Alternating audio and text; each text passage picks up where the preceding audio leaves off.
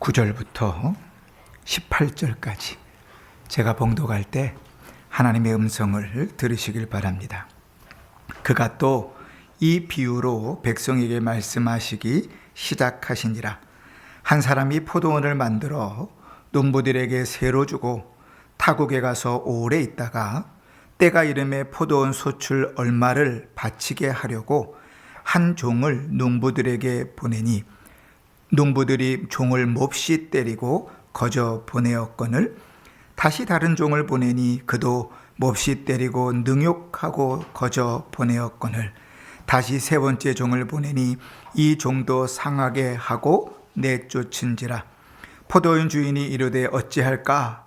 내 사랑하는 아들을 보내리니 그들이 혹 그는 존대하리라 하였더니 농부들이 그를 보고 서로 의논하여 이르되 이는 상속자니 죽이고 그 유산을 우리의 것으로 만들자 하고 포도원 밖에 내쫓아 죽였느니라. 그런즉 포도원 주인이 이 사람들을 어떻게 하겠느냐? 와서 그 농부들을 진멸하고 포도원을 다른 사람들에게 주리라 하시니 사람들이 듣고 이르되 그렇게 되지 말아지이다 하거늘 그들을 보시며 이르시되 그러면 기록된 바 건축자들의 버린 돌이 모퉁이의 머릿돌이 되었느니라 함이 어찌미냐? 무릇 이 돌 위에 떨어지는 자는 깨어지겠고 이 돌이 사람 위에 떨어지면 그를 가루로 만들어 흩으리라 하시니라. 아멘. 한 주간도 평안하셨습니까? 네. 우리는 지난 주일에 원로 목사님을 통해서 우리의 사랑이 어디를 향하고 있는지를 은혜 받고 점검하는 한 주간의 삶을 살았습니다. 우리의 사랑이 자기만 사랑하고 돈을 사랑하고 쾌락을 사랑할 때 그 인생이 이 땅에서는 형편이 꽤 괜찮아질진 모르나 목적을 잃게 되고 점점 하나님과는 멀어진다 그랬습니다. 한 주간 이 말씀을 묵상하고 또 기도하시면서 내 사랑이 주님께로 더 향하도록 내가 어떻게 나를 사랑하고 내가 어떻게 돈과 쾌락을 사랑하고 살아가는지 내 모습을 돌아보며 주님 앞에 울고 기도하는 시간 보냈으리라 믿습니다. 오늘은 다시 이제 누가복음으로 넘어가서 예수님이 포도원의 비유로 말씀하시는 내용 가운데 은혜를 받으려고 합니다. 이 비유는 예수님이 이 땅에 오신 이유를 설명하는 비유이기도 하지만 그리스도께서 왜 죽으셨는지를 말씀하시는 비유입니다. 다시 말하면 비유지만 이 비유 자체가 복음입니다. 예수님께서 이제 마지막 한 주간을 보내시면서 백성들에게 말씀을 가르쳤는데 20장 1절에 보니까 한우는 예수께서 성전에서 백성을 가르치시며 복음을 전하셨다 이렇게 말씀하시고 이제 바리새인과 서기관들의 대화 다음에 이어서 이 비유를 말씀하시면서 복음에 대한 말씀들을 하고 계시는 거예요. 그래서 이 내용은 사실은 우리가 구원받는 일과 관계된 복음의 내용입니다. 비유의 말씀은 이렇습니다. 어떤 사람이 포도원을 만들고 농부들에게 새로 주고 외국에 가서 오랫동안 살았습니다. 사실 별로 이해가 되지 않는 내용이지만 농사를 지어본 사람은 좀 압니다. 어떤 선교사님을 만났는데 선교사님이 참외가 너무 맛있어가지고 그 맛있는 참외를 먹고 그 씨를 불려가지고 자기가 사역하는 대로 가져갔답니다. 그리고 그 씨를 씹었는데 참외가 너무 그럴싸하게 잘 났더래요. 근데 먹었더니 이거는 오이보다도 못하더라. 그러니 그 얘기를 하니까 어떤 분이 그러더래요. 요즘은 다 유전자 개량을 해가지고 그 씨로 심으면 다시 그 맛이 나는 그 열매가 나오지 않도록 한다 그러네요. 기술력들이 참 좋아요. 그죠? 농사, 특히 포도를 심어본 사람은 압니다. 우리나라 포도하고는 좀 팔레스타인의 포도는 좀 다르지요. 팔레스타인 포도는 포도원을 개척하고 나서 자본금을 회수하기까지 시간이 꽤 걸립니다. 포도나무는 심은 지 5년이 지나야 상품적인 가치를 맺는 열매를 가지게 되거든요. 그러니 소작인들은 4년 동안 아무것도 상납할 것이 없습니다. 포도나무 사이에 곡식을 심어서 생계를 유지하거나 아니면 포도원 주인으로부터 경제적인 지원을 받아서 그 4년을 견디어내어야 합니다. 그러니까 그러한 배경이 오늘 비유에 우리는 되게 낯설지만 이 팔레스타인 사람들은 당연히 아는 비유로 주어지는 거예요. 그렇게 5년이 지나고 소득을 얻을 때가 돼서 주인이 그 소득의 일부를 받으라고 한 종을 보냈는데 그 종을 몹시 때리고 거저 돌려보냈다. 또 다른 종을 보냈는데 그 종을 몹시 때리고 능욕하고 돌려보냈다. 세 번째로 또 종을 보냈는데 이 종도 상하게 하고 내쫓았다. 그리고 마지막으로 아들을 보냈는데 그를 내쫓아 죽였다. 이게 오늘 주님께서 말씀하신 비유의 내용입니다. 우리가 생각하는 대로 포도원 주인이신 우리 하나님께서 이제 우리에게 기대하시는 열매를 따기를 원하셔서 계속 주님의 종들을 보내시는 내용이고, 우리가 아는 것처럼 그래도 안 되니까 이제 그 아들을 보내시기까지 우리에게 요청하시는 하나님의 음성이죠. 때가 이르렀다는 것은 아까 설명드린 대로 5년이 기다려졌으니 충분히 기다렸다는 것이고, 3명의 종들을 보냈다는 것은 성경의 3이라는 숫자는 완전수잖아요. 그러니까 보낼 만큼 충분히 기회를 줬다는 거죠. 그리고 마지막에 아들을 보냈다는 것은 이제 더는 기회가 없다는 거예요. 마지막 기회로 그들에게 허락하는 것이죠. 이 비유의 말씀에서 우리는 전혀 반대되는 2가지 내용을 알게 됩니다. 그리고 그 내용들 속에서 그리스도의 복음의 은혜들을 좀 누릴 수 있기를 바라요. 첫 번째 뭔가 하면 인간의 악함이고, 두 번째는 이해할 수 없는 하나님의 사랑과 인내입니다. 여러분 한번 예를 들어 보십시다. 제가 제주도에다 집을 하나 샀습니다. 실제로 샀다는 게 아니고 예를 들어서 제주도에다 집을 하나 샀는데 그 집을 파는 그 원래 주인이 형편이 너무 어려워가지고, 제가 그래도 목사잖아요. 그러니까 2년 동안은 그냥 좀 사십시오. 제가 그렇게 궁하지 않으니. 그리고 2년이 지나면 그때부터 월세를 내십시오. 이렇게 집을 사고도 엄청난 아량을 베풀었다고 칩시다. 그리고 2년이 지나서 이제 월세를 받아야 되는데 제주도가 좀 멀잖아요. 그러니까 제가 직접 못하고 어떤 대리인을 보내서 월세를 받아야 되는 상황이 됐습니다. 그렇게 대리인을 보냈더니 그 집에 새들어 살던 사람이 어떻게 했는가? 그 대리인에게 욕하고 때리고 내쫓아버리고 이 집은 내 거야 라고 이야기했다면 이게 단순히 저에 대한 불친절입니까? 도둑질입니까? 그죠? 뭐 이해가 되시죠? 아니, 근데 2년 동안 공짜로 살도록 은혜를 베풀었어요. 그런데 그 은혜에 대한 배신이죠. 더더군다나 그 집 주인에 대한 모독이죠. 은혜를 베풀고 사랑을 베풀었는데도 그들이 그렇게 나오는 것은 참 세상 말로 배은망덕이지 않겠습니까? 그런데 주님은 오늘 그 이야기를 하시면서 우리의 악함을 아주 강력하게 드러내십니다. 3명의 종을 보냈다고 예수님께서 말씀하시는 것은 주님은 하실 만큼 할 수 있는 대로 힘써 주의 종을 보내면서 말씀을 전했다는 거예요. 그지? 그런데 그 새 주인을, 그 종들을 대하는 모습을 오늘 예수님께서 표현하는 내용들이 점점 악해져 갑니다. 보실까요? 10절에 보니까 한 종을 농부들에게 보내니 농부들이 종을 어떻게 했어요? 몹시 때리고 거저 보내었거늘. 몹시 때려서 돌려보냈어요. 빈손으로. 그래서 2번째 종을 보냅니다. 그랬더니 2번째 종을 어떻게 했어요? 11절에 보니까 다시 다른 종을 보내니 그도 몹시 때리고 능욕하고 거저 보내었거늘. 때린 것에 끝나지 않아요. 뭘 했어요? 모욕하고, 그리고 그 빈손을 내보냈다는 거예요.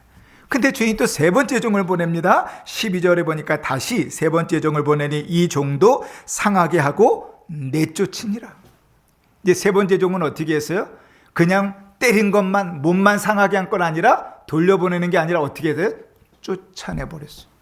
그리고 아들을 보냈습니다. 15절에 보니까 아들을 보냈더니 어떻게 했습니까? 포도원 밖에 내쫓아 죽였느니라. 쫓아내는 것도 이제 분이 채지 않아서 쫓아내서 죽여버렸다.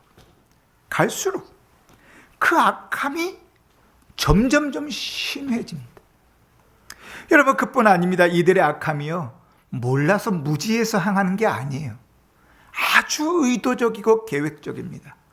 14절 한번 보실까요?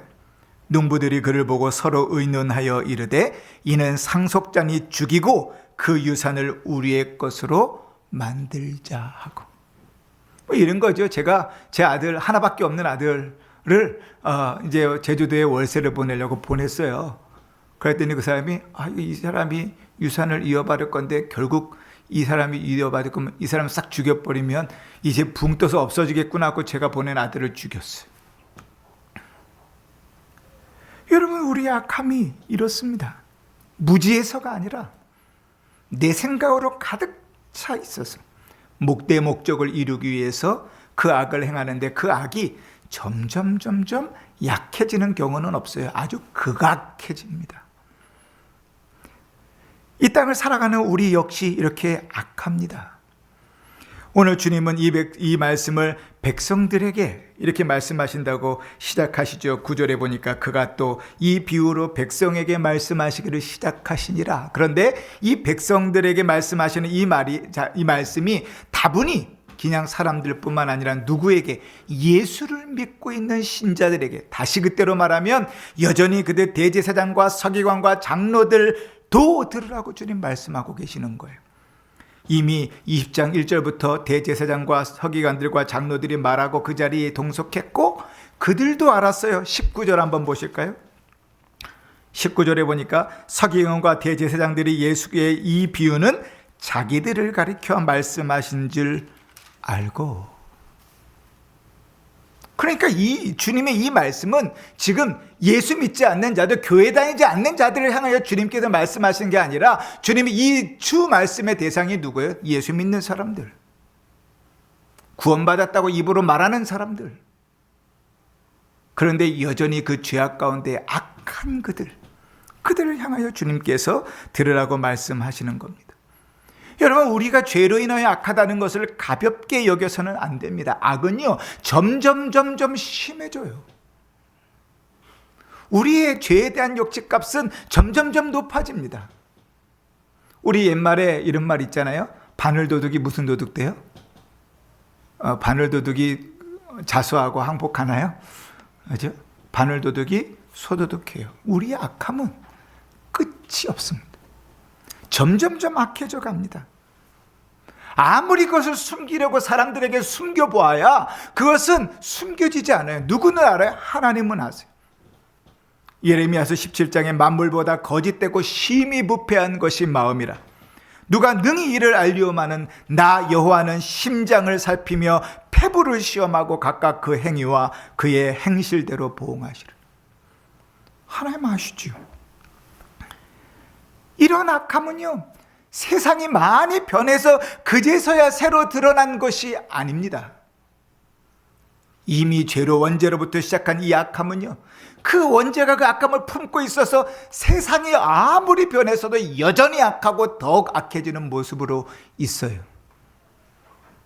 요즘처럼 참 극악무도한 범죄의 내용들을 들을 때가 없지요. 그러나 그런 범죄의 내용들이 이제서야 처음 드러나는 거예요? 아닙니다. 세상이 문명에 잘 발전돼서 이제 우리에게 들리는 것일 뿐, 예전에도 있었어요. 그 옛날에도 있었습니다. 우리나라뿐만 아니라 모든 곳에 있었습니다. 인간은 악해요. 근데 우리 스스로 우리를 어떻게 악하지 않다고 이건 별거 아니라고 스스로 위로해요. 그러니 예수 그리스도는 필요 없어요. 구주는 필요 없어요. 오예배 때도 우리가 함께 나누겠지만 우리의 악함이 명확하게 인정돼야 그리스도로 말미암아 구원이 무엇인지를 명확하게 압니다. 그런데 우리의 악함을 대충 받아들이니까 구원도 우스운 거예요. 하나님을 섬기는 것도, 주를 믿는 것들도 우스워져 버려요. 이러한 모습은 오늘 주님께서 말씀하시는 이스라엘 백성들, 바리새인과 서기관과 제사장들에게만 겨우 드러난 내용들은 아닙니다. 이미 이스라엘의 역사 가운데 하나님께서 계속해서 이렇게 일하셨던 바입니다.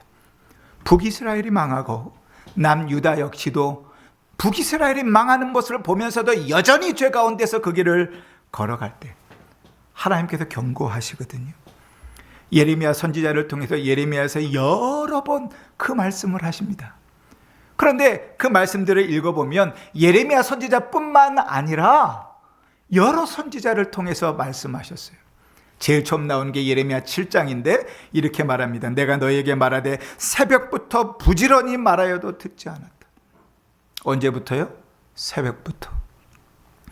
그런데 그것보다 더 주님께서 진하게 이렇게 얘기하세요. 예레미야서 11장에 내가 너희 조상들을 애굽 땅에서 인도하여 낸 날부터 오늘까지 간절히 경계하며 끊임없이 경계하기를 너희는 내 목소리 순종하라 하였으나 귀 기울이지 않았다. 언제부터요? 구원하신 그날부터 지금까지 계속 얘기했는데 안 들었다는 거예요.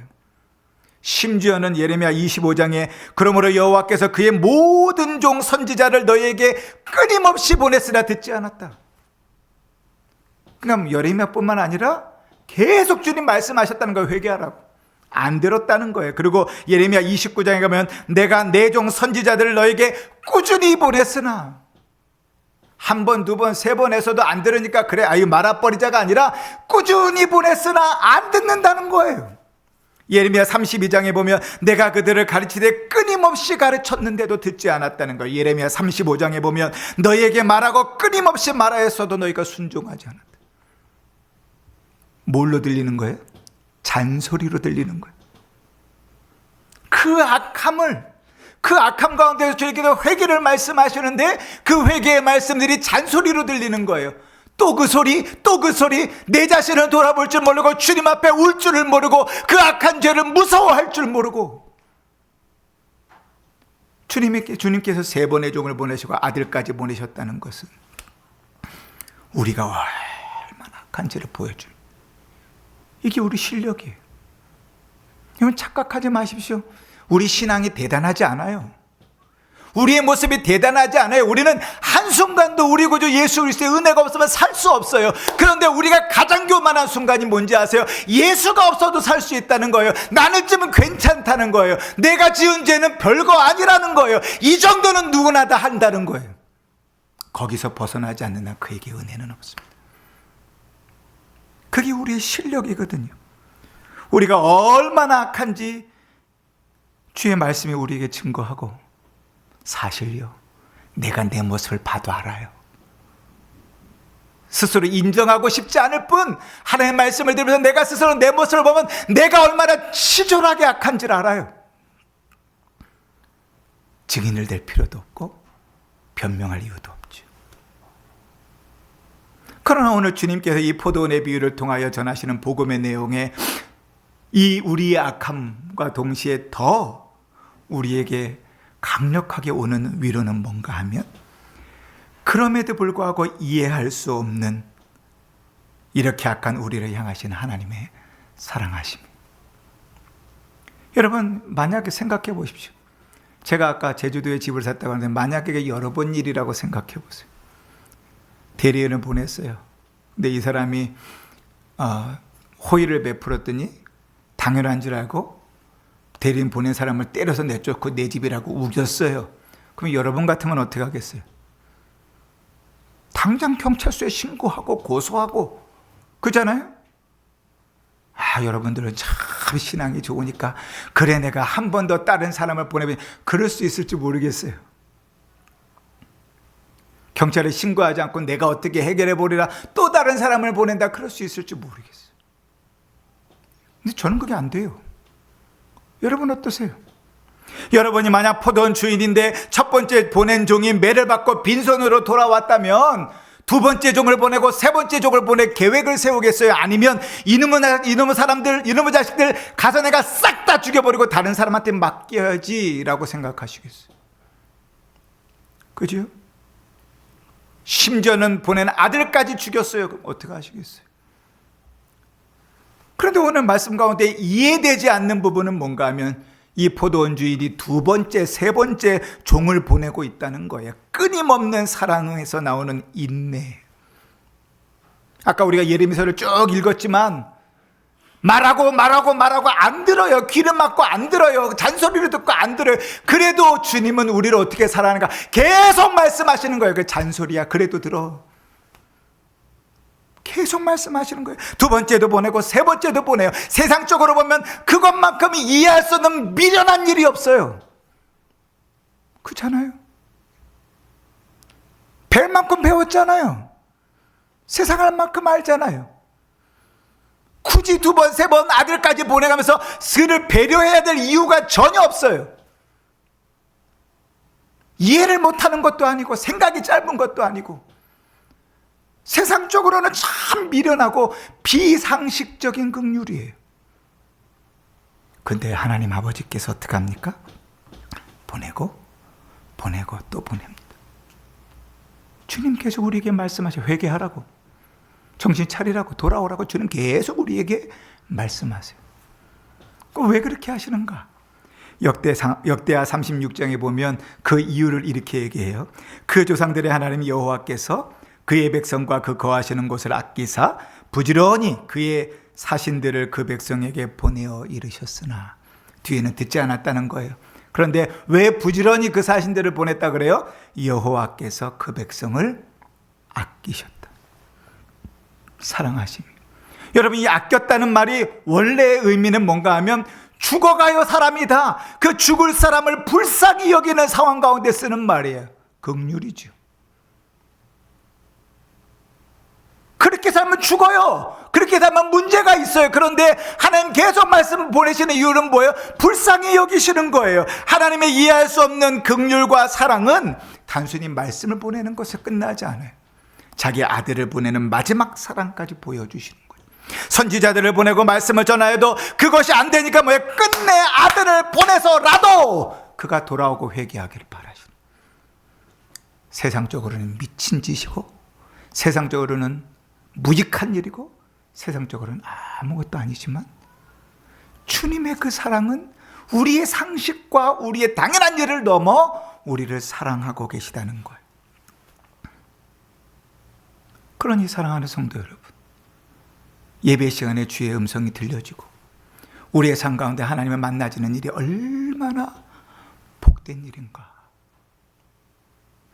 나 같은 죄인이, 치졸한 죄인이, 극악한 죄인이 나 같은 자를 향하여 그리스도께서 계속 말씀하시고 아들을 보내시기까지 일하셨다면 그것만한 사랑을 아는가? 우스운가? 우리의 삶을 돌아볼 일이죠. 근데 예수님께서는 이 비유의 마지막을 이렇게 정리하십니다. 시편 118편의 말씀들을 인용하시면서 모퉁이 돌 대신 자기를 이야기하세요. 17절에 보니까 그들을 보시며 이르시되 그러면 기록된 바 건축자들의 버린 돌이 모퉁이 머릿돌이 되었느니라 함이 어찌미냐. 건축자들의 버린 돌은 뭐예요? 쓸모없는 돌이에요.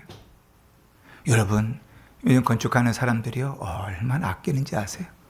짜투리 자르는 거 다 모아다가 나중에 씁니다. 근데 건축자가 그 돌을 버려버렸다면 그거는 쓸모없는 돌이라고 판단한 거예요. 그런데 그 쓸모없는 돌을 우리 하나님께서 모퉁이 돌로 쓰셨어요. 모퉁이 돌은 뭐예요? 지읒돌 머릿돌이에요. 그 건물의 가장 중요한 돌이 모퉁이 돌이에요. 주님께서 모퉁이 돌이신 자기 자신을 향하여 이야기하시는, 마지막에 아들로 보내신 자기 자신을 향하여 이야기하십니다. 마지막에 아들로 오신 자기를 보내시기까지 사랑하시는 주님의 사랑을 그렇게 이야기하세요. 그러면서 두 가지 이야기를 하십니다. 첫 번째 뭔가 하면 회개해라. 그것밖에 길이 없다. 오늘 18절 말씀에 처음에 이렇게 얘기합니다. 무릇 이 돌 위에 떨어지는 자는 깨어질 것이다. 참 어려운 비유죠. 돌 위에 떨어지는 자는 깨어질 것이다. 이 돌이 누구라고요? 우리 구주 예수 그리스도. 그리스도께 떨어지는 자는 겸손히 회개하는 자입니다. 그리스도 앞에서, 주님의 말씀 앞에서, 하나님의 사랑 앞에서 무릎을 꿇는 자가 그리스도께 깨어지는 자예요. 예수를 만남으로 그 인생이 깨어집니다. 예수를 만남으로 그 죄의 문제가 깨어집니다. 예수를 만남으로 우리의 허물들이 다 깨어집니다. 그게 주님께서 우리에게 주시는 은혜와 복이에요. 우리를 사랑하시고 끝까지 인내하시며 기다리시는 하나님의 사랑에 설득되는 은혜가 그거예요. 말씀이신 그리스도의 역사가 우리의 심령 가운데 있어서 극악하고 우리의 극악함이 철저히 깨어지는 것, 그 은혜가 이거예요. 모퉁이 돌이신 그리스도께 떨어져 산산이 깨어지는 자만큼 복된 자가 없습니다. 하나님의 말씀이 들려질 때 우리 구주 예수 그리스도로 말미암아 주님 앞에 산산이 부서져 회개하고 자복하며 주님 앞에 나가는 자만큼 복된 자가 없어요. 근데 주님이 한 가지를 더 이야기하십니다. 18절에 보니까 이 돌들이 사람 위에 떨어지면 그를 가루로 만들어 흩으리라. 여러분, 주님이 베푸시는 은혜는 있잖아요. 회개하지 않고 끝까지 버티는 거예요. 은혜의 유효기간이 있습니다. 성경은 아주 그것을 명확하게 얘기합니다. 오늘 비유를 통해서는 마찬가지예요. 하나님께서 끝까지 인내하시고 사랑하시는 그 일에도 유효기간이 있습니다. 우리는 하나님의 사랑과 인내를 무관심하게 착각하지 말아야 돼요. 우습게 여기지 말아야 돼요. 주님의 사랑 안에서 우리 주님의 사랑으로 인한 인내가 끝날 때가 옵니다. 그리고 그날에는 반드시 심판이 있습니다. 그리스도께서 심판하시면 우리는 그리스도의 돌이 우리 가운데 떨어져 가루가 되어 산산이 흩어져 버릴 것입니다. 우리에게 남는 것은 아무것도 없을 것이에요. 아직 유효기간의 삶이 있을 때 주님 앞에 회개하고 나가야 돼요. 우리는 잘 모르지만 어쩌면 오늘 들리는 이 말씀이 주님이 보내시는 첫 번째 종, 두 번째 종일지도 모릅니다. 어쩌면 오늘 듣는 이 말씀이 우리의 완악함이 깊어 세 번째 종을 보내시는 현장일 수도 있습니다. 어쩌면 우리의 완악함이 이제 하나님의 은혜의 유효기간이 다 차서 아들을 보내시는 시점일지 모릅니다. 늘 말씀드리잖아요. 오늘 이 예배가 인생의 마지막 예배일 때 주님 앞에서 뭐라 얘기하시겠는가? 우리가 돌아가는 동안에 주님께서 재림하시면 우리는 뭐라고 얘기하시겠는가? 주님께서 우리가 돌아가는 동안에 우리의 생명을 거두어 가시면 우리는 하나님 앞에서 뭐라고 얘기하시겠는가? 내가 너에게 그렇게 기회를 주고 말씀을 전하고 은혜를 주고 계속 기회를 주었건만 도대체 넌 뭐 했냐고 그 유효기간을 끝내시면 우리는 하나님 앞에 뭐라고 말하겠는가? 그리스도께서 재림하시면 모든 일이 끝납니다. 우리 약함은 굳이 말하지 않아도 사실 스스로 확인할 수 있습니다. 우리의 양심이, 하나님의 말씀이, 그리고 하나님의 사랑이 우리에게 증거합니다. 그러나 여러분, 우리의 악함이 그렇다고 소망이 없는 것이 아닙니다. 왜냐하면 우리 구주 예수 그리스도의 비상식적이고 이해할 수 없는 그 사랑과 인내가 아직 우리에게 있기 때문에 그렇습니다. 여러분, 묻겠습니다. 오늘 말씀 앞에서 여러분은 돌 위에 그리스도의 모퉁이 돌 위에 떨어져 깨어지는 자가 되겠습니까? 아니면 그 돌에 깔려 산산이 가루가 되어 흩어지는 자가 되겠습니까? 예수 그리스도 앞에서 자기를 낮추어 자기를 부인하는 회개를 선택할 것입니까? 아니면 끝까지 버티다가 심판의 돌을 맞아서 직면하게 될 것입니까? 주님께서 오늘 우리에게 물으십니다. 우리 약함이 깊어지고 점점점 더 주도면밀해지고 그 죄악에는 소망이 없습니다. 우리의 소망은 오직 그 비상식적이고 이해할 수 없지만 그렇게 사랑하시고 인내하시는 우리 구주 예수 그리스도께 있습니다. 우리의 삶이 이렇게까지 사랑하시는 주님으로 인해 기쁘고 복된 삶이 되길 바랍니다. 이렇게까지 우리를 기다리고 계시는 하나님 앞에 울며 두 손 들고 나가는 은혜가 있기를 바랍니다. 그리고 이렇게까지 사랑하시는 주와 동행하는 복된 삶을 사시기를 주의 이름으로 축원합니다. 아멘. 기도하십시다.